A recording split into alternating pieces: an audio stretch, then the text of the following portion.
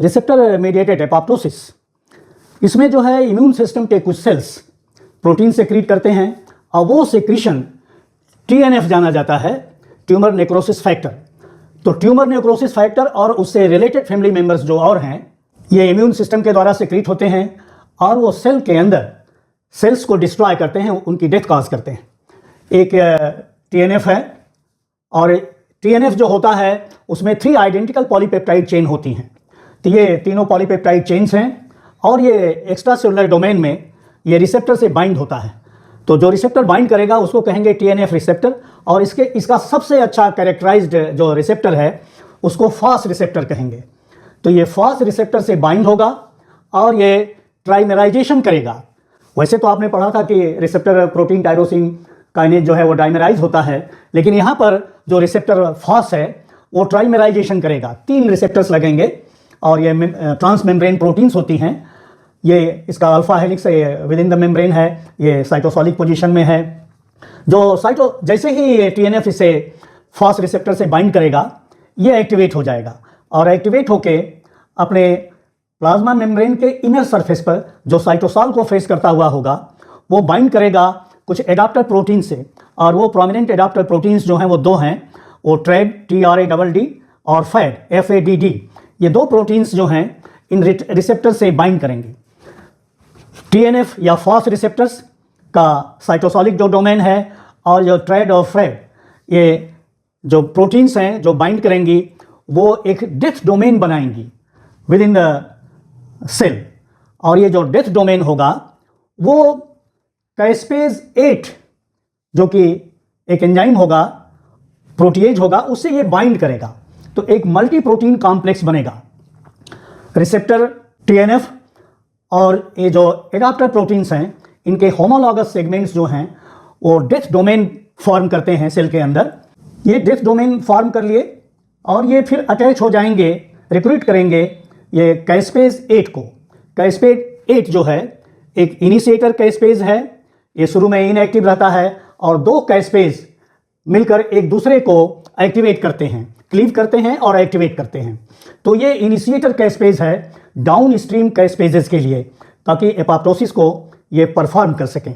जब ये एडाप्टर से ये सब रिसेप्टर एडाप्टर और ये कैस्पेज 8 बाइंड हो जाएंगे और कैस्पेज 8 2 मॉलिक्यूल्स एक दूसरे को क्लीव कर देंगे तो एक्टिव कैस्पेज 8 हो जाएगा। जो एक्टिव कैस्पेज 8 है वो फैड के होमोलॉगस सेगमेंट से इंटरैक्ट करके डेथ इफेक्टर डोमेन बनाएगा। वो डेथ इफेक्टर डोमेन जो है वो डाउन स्ट्रीम कैस्पेसेस को एक्टिवेट करेगा। ये इफेक्टर कैस्पेज एक्टिवेशन हो गया। ये देखिए जो रेज दे रही हैं एक्टिवेशन के लिए हैं। इफेक्टर कहेंगे या एग्जीक्यूशनर कहेंगे, जो एग्जीक्यूट करेगा, जो मैसेज आएगा सेल के बाहर से एपोप्टोसिस के लिए, उसको फाइनली ये एग्जीक्यूट करेगा। कभी कभी ऐसा होता है कि ये कैस्पेज 8 के द्वारा जो इफेक्टर कैस्पेजेस का एक्टिवेशन होता है वो अपने सेल के अंदर तो एपोप्टोसिस को कर लेता है, लेकिन कुछ सेल्स ऐसे होते हैं जिनके अंदर सिग्नल का एम्प्लीफिकेशन चाहा जाता है जिससे फुल्ली एपोप्टोसिस हो सके, और कुछ सेल में तो ऐसे ही हो जाता है कैस्पेज 8 के द्वारा एपोप्टोसिस परफॉर्म कर ली जाती है।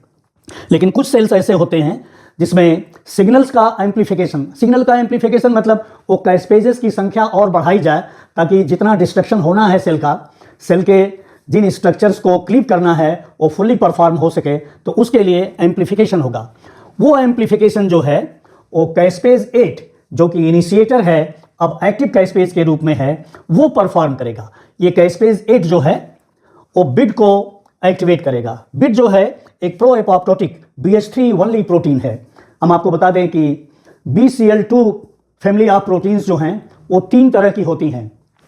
पहली होगी एंटी एपोप्टोटिक प्रोटीन्स जिसमें BCL2 है प्रोटीन, जिसमें 4 डोमेन्स पाए जाएंगे।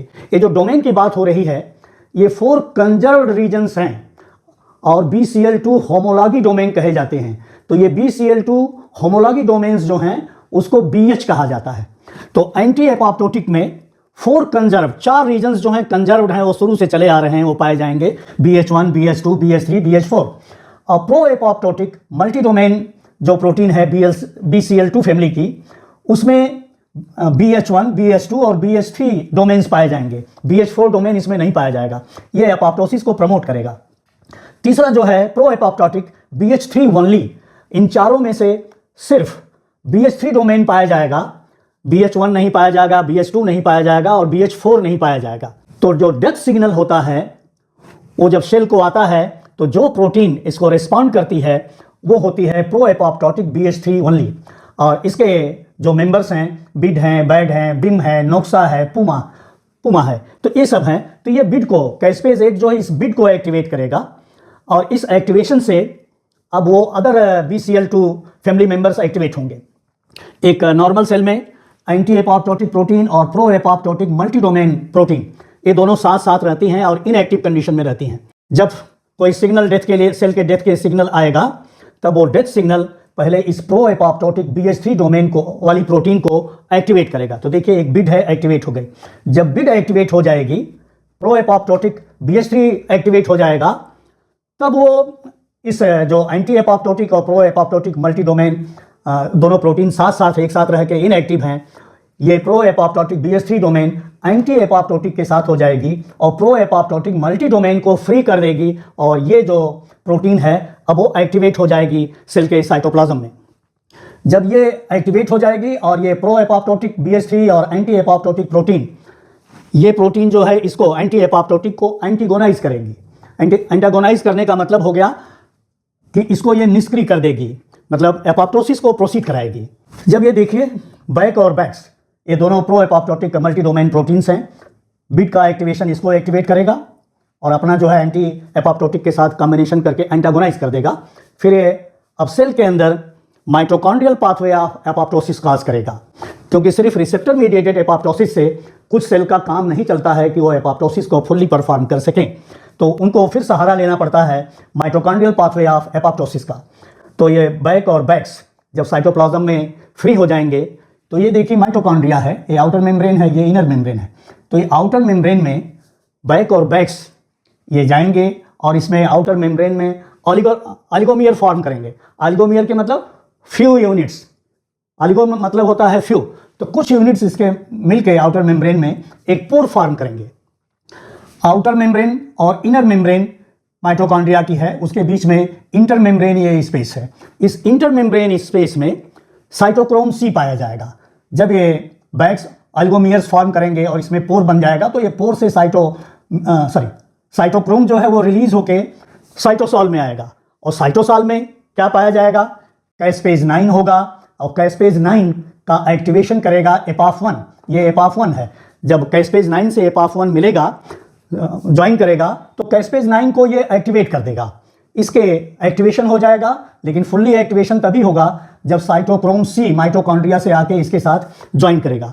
तो इन तीनों मल्टी प्रोटीन कॉम्प्लेक्स जो बनाएंगे एपाफ1, कैस्पेज 9 और साइटोक्रोम C, इस मल्टी प्रोटीन कॉम्प्लेक्स को या मल्टी सब यूनिट कॉम्प्लेक्स को एपोप्टोसोम कहेंगे। अब ये एपोप्टोसोम जो है डाउन स्ट्रीम कैस्पेसेस को एक्टिवेट करेगा। ये है प्रो कैस्पेज 3, ये इनएक्टिव फॉर्म में है। अब देखिए इसको प्रोटियोलिटिक एक्शन से इस कैस्पेज को ये कट करेगा एपोप्टोसोम, और कट करने से ये एक्टिव हो जाएगा एक्टिव कैस्पेज 3। एक्टिव कैस्पेज 3 या कैस्पेज 7 देखिए यहाँ एक्टिवेट किया हुआ था। जब ये एक्टिव कैस्पेज 3 हो जाएगा, तब ये इफेक्टर कैस्पेज का फंक्शन करेगा। इफेक्टर और एग्जीक्यूशनर एग्जीक्यूट करेगा एक्शन को, जो सिग्नल आया है सेल डेथ कॉज करने के लिए, एपोप्टोसिस के लिए, उसको फाइनली उसका क्रियान्वयन एग्जीक्यूशन होगा। और एग्जीक्यूशन में क्या होगा, वो सेल के अंदर क्लीवेज करेगा। किन किन चीज़ों को क्लीव करेगा, वो क्लीव करेगा न्यूक्लियर लॉमिन्स को, जो न्यूक्लियर मेम्ब्रेन के इनर सरफेस पर पाई जाएंगी। साइटोस्केलेटन को क्लीव करेगा, साइटोस्केलेटन प्रोटीन्स डिस्ट्रॉय होंगी। डीएनएज इनहिबिटर, डीएनएज के साथ साइटोप्लाज्म में एक इनहिबिटर लगा होता है, तो उस इनहिबिटर को क्लीव करके हटाएगा और ये डीएनएज जो है फ्री हो जाएगा और साइटोप्लाज्म से वो न्यूक्लियस के अंदर आएगा और डीएनए को, क्रोमेटिन स्ट्रक्चर को वो क्लीव करेगा। तो इस तरह से सेल का एडिशन खत्म हो जाएगा। एक सेल से दूसरे सेल का जो जुड़ाव है, सेल श्रिंक कर जाएगा, कंडेंस कर जाएगा और अपने नेबरिंग सेल्स को, एडजॉइनिंग सेल्स को वो डिस्ट्रॉय नहीं करेगा, इन्फ्लामेटरी इफेक्ट नहीं प्रोड्यूस करेगा। जो रिसेप्टर TNF रिसेप्टर है, जिसको आप फास्ट कह रहे हैं, जो वेल कैरेक्टराइज्ड है, ये फास्ट जो है इम्यून सिस्टम के जो टारगेट सेल्स हैं उनको डिस्ट्रॉय करता है। इम्यून सिस्टम के टारगेट सेल्स कौन से होंगे, कैंसर सेल्स होंगे, वायरस इन्फेक्टेड सेल्स होंगे और जो एक्सेस लिम्फोसाइट्स होंगे, जो इम्यून रिस्पांस के बाद जो एक्सेस लिम्फोसाइट्स हैं उन लिम्फोसाइट्स को भी ये डिस्ट्रॉय करेगा। इस तरह से रिसेप्टर मीडिएटेड एपोप्टोसिस कुछ सेल्स में स्वतः पूरी प्रक्रिया कर लेती है एपोप्टोसिस की, और कुछ सेल्स रिसेप्टर मीडिएटेड के साथ साथ माइटोकॉन्ड्रियल पाथवे ऑफ एपोप्टोसिस को भी इंक्लूड करते हैं अपने अंदर।